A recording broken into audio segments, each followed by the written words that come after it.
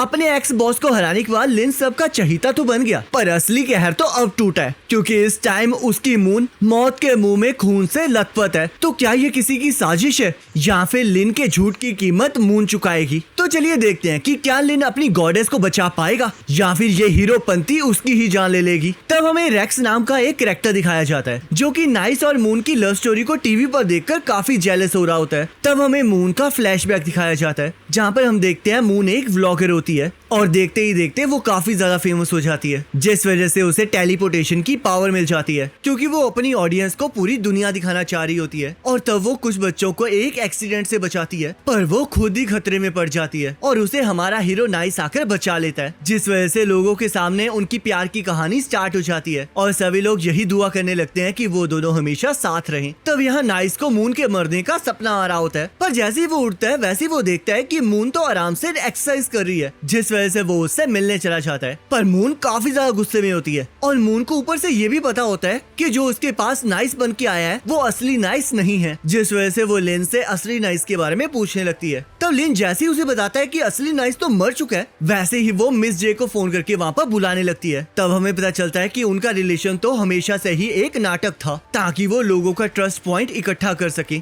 और क्योंकि अब नाइस एक ब्रांड बन चुका है तो किसी को भी ये पता नहीं चल सकता कि नाइस एक्चुअल में मर चुका है। तब मून वहाँ से जाने की बातें करने लगती है, पर मिस जे उसे याद दिलाती है कि उसने और लिन ने उनके साथ एक कॉन्ट्रैक्ट साइन किया है, जिस वजह से वो वहाँ से नहीं जा सकते। तब मून और ज्यादा फ्रस्ट्रेट हो जाती है, जिस वजह से मिस जे उन दोनों को उसी टावर में बंद करके चली जाती है और उम्मीद करती है कि अगर वो लोग कुछ टाइम साथ रहेंगे तो शायद उनके अंदर एक दूसरे के लिए फीलिंग्स जाग जाएं, जिस वजह से वो एक हफ्ते के लिए उनके वाईफाई और टीवी कनेक्शन को काट देती है। और तब हमें ये भी पता चलता है कि सभी लोग मून और नाइस को शादी करता हुआ देखना चाहते हैं और मिस जे भी यही चाहती होती है, जिस वजह से मून और भी ज्यादा पागल हो जाती है और पूरे घर में तहलका मचा देती है। तब लिन मून से पूछने लगता है कि अगर उसके पास टेलीपोर्टेशन की पावर है तो वो उस पावर का यूज करके वहाँ से निकल क्यों नहीं जाती। तब मून उसे बताती है कि सभी लोग चाहते हैं कि नाइस और मून हमेशा एक दूसरे के साथ रहें, जिस वजह से वो जब भी नाइस से दूर जाने की कोशिश करती है तब उसका पोर्टल नाइस के पास ही खुलता है। तब मून घर में बंद रह के पागल हो रही होती है, जिस वजह से वो खुद को मारने की एक्टिंग भी करती है, पर मिस जे को घंटा फर्क नहीं पड़ता। तब हमारा लिन अपनी गॉडेस के लिए एक झूला बना देता है, जिसे झूलकर मून को काफी मजा आने लगता है। तब मून को पता चल जाता है कि लिन ही वो पर्सन है जिसने उसकी सारी एडवर्टाइजमेंट्स बनाई है और यही वो कारण है जिस वजह से वो लाइव स्ट्रीम में उस चीज का जवाब दे पाया था, जिसके लिए मून उसे थैंक यू भी कहती है। तब लिन मून को वहाँ से निकालने के लिए उसकी मौत का एक प्लान बनाने लगता है, क्योंकि उनकी लव स्टोरी इतनी ज्यादा परफेक्ट होती है कि अगर वो लोग उसे ऐसे ही खत्म कर देंगे तो ब्रांड पर काफी बुरा असर पड़ेगा, जिस वजह से लिन आइडिया देता है कि हम ऐसे दिखाएंगे कि जैसे मून मर चुकी है, ताकि सभी लोग नाइस को सिंपैथी दे और उनके ब्रांड का नाम भी खराब ना हो। तब इसके लिए नाइस के दुश्मन रेक्स को चुना जाता है, जो कि एक्चुअल में नाइस की टीम का ही बंदा होता है। दरअसल नाइस और रेक्स बहुत अच्छे दोस्त होते हैं जो कि हीरो बनना चाह रहे होते हैं, पर क्योंकि एक हीरो बनने के लिए एक विलन की भी जरूरत होती है तो नाइस को हीरो बनाने के लिए रेक्स को विलन बनना पड़ता है, जिस वजह से नाइस आज इतनी ऊपर पहुंच चुका होता है। तब नाइस और मून अपनी शादी की अनाउंसमेंट कर देते हैं और लिन के प्लान के अकॉर्डिंग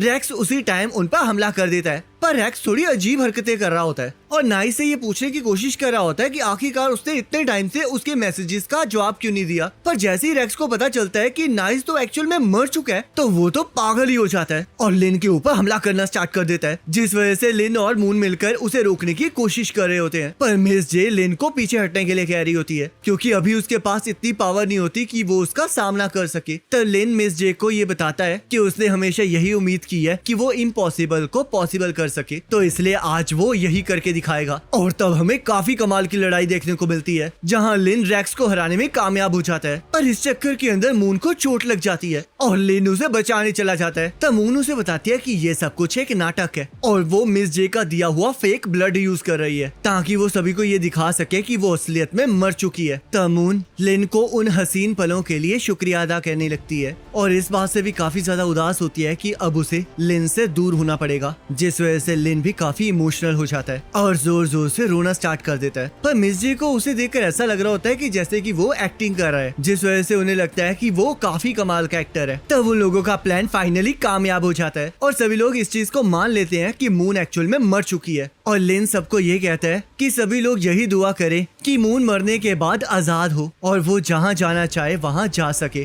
तब यहाँ मून अपने कॉन्ट्रैक्ट से फ्री होके काफी ज्यादा खुश होती है और लिन उसे अपनी टेलीपोर्टेशन पावर को यूज करने के लिए कहता है। और क्योंकि उसने लोगों को ये विश करने के लिए कहा होता है कि मून फ्री हो जाए, तो इसलिए हम देखते हैं कि इस बार उसका पोर्टल वहाँ खुलता है जहाँ पर वो जाना चाहती है। तब लिन मून से पूछता है कि क्या उसने डिसाइड कर लिया कि वो क्या करना चाहती है। तब मून उसे बताती है कि उसे ये तो नहीं पता कि वो क्या करना चाहती है, पर उसे इस बात का पूरा पता है कि उसे क्या नहीं करना है। तब वो लिन से भी उसके अगले प्लान्स के बारे में पूछने लगती है और तब न्यूज में आने लगता है कि अब नाइस टॉप 10 में आने की कोशिश करेगा, जिस वजह से मून को एहसास हो जाता है कि मिस जे यही चाह रही है और लिन को भी अब यही करना पड़ेगा। और तब वो वहाँ से चली जाती है। तब एनलाइटर ट्रू लव रेसिपी की वीडियो देख रहा होता है, जहाँ पर वो नोटिस करता है कि लिन के एक्स बॉस के आते ही नाइस की हार्ट रेट में चेंज आया था, जिस वजह से उसे नाइस पर शक होने लगता है और उसे पता चल जाता है कि ये नाइस और कोई नहीं लिन है। पर क्योंकि ट्रू लव रेसिपी के बाद उसकी रेपुटेशन काफी ज्यादा कम हो चुकी होती है, तो अब उसके पास नाइस के साथ लड़ने की ताकत नहीं बची होती और अगर वो इस सच्चाई को बाहर भी लाएगा तब भी कोई भी उस पर विश्वास नहीं करेगा। और तभी उसे अचानक से एक आवाज सुनाई देने लगती है जो कि एक ऑक्टोपस से आ रही होती है। पर तभी वो ऑक्टोपस छोटे छोटे रोबोट्स में कन्वर्ट हो जाता है, जो कि उसे कह रहा होता है कि इंसानों का भरोसा बहुत ज्यादा खोखला होता है और वो उसी चीज पर विश्वास करते हैं जिस पर वो विश्वास करना चाहते हैं, और चाहे वो चीज झूठी ही क्यों ना हो। पर एक चीज है जिसके बारे में वो खुद से भी झूठ नहीं कह सकते, और वो डर है। तब एनलाइटर को समझ में आ जाता है कि जो उसके सामने रोबोट है वो स्पॉटलाइट टेररिस्ट ऑर्गेनाइजेशन का है, जिसने लिन के एक्स बॉस को पावर दी थी। और तब वो रोबोट उस पावर को एनलाइटर को भी देने का प्रॉमिस करता है और इससे उसे विश्वास हो जाता है कि इससे वो सब कुछ हासिल कर सकता है, जिस वजह से एनलाइटर गॉड आई में कन्वर्ट हो जाता है। तो गाइस, क्या ये गॉड आई नाइस का काम तमाम कर पाएगा या फिर नाइस इसे भी धूल चटा देगा, जिसके बारे में तो हमें नेक्स्ट एपिसोड में पता लगेगा, जिसका लिंक आपकी स्क्रीन पर आ रहा होगा। उस पर क्लिक करके अगले एपिसोड को देख सकते हैं।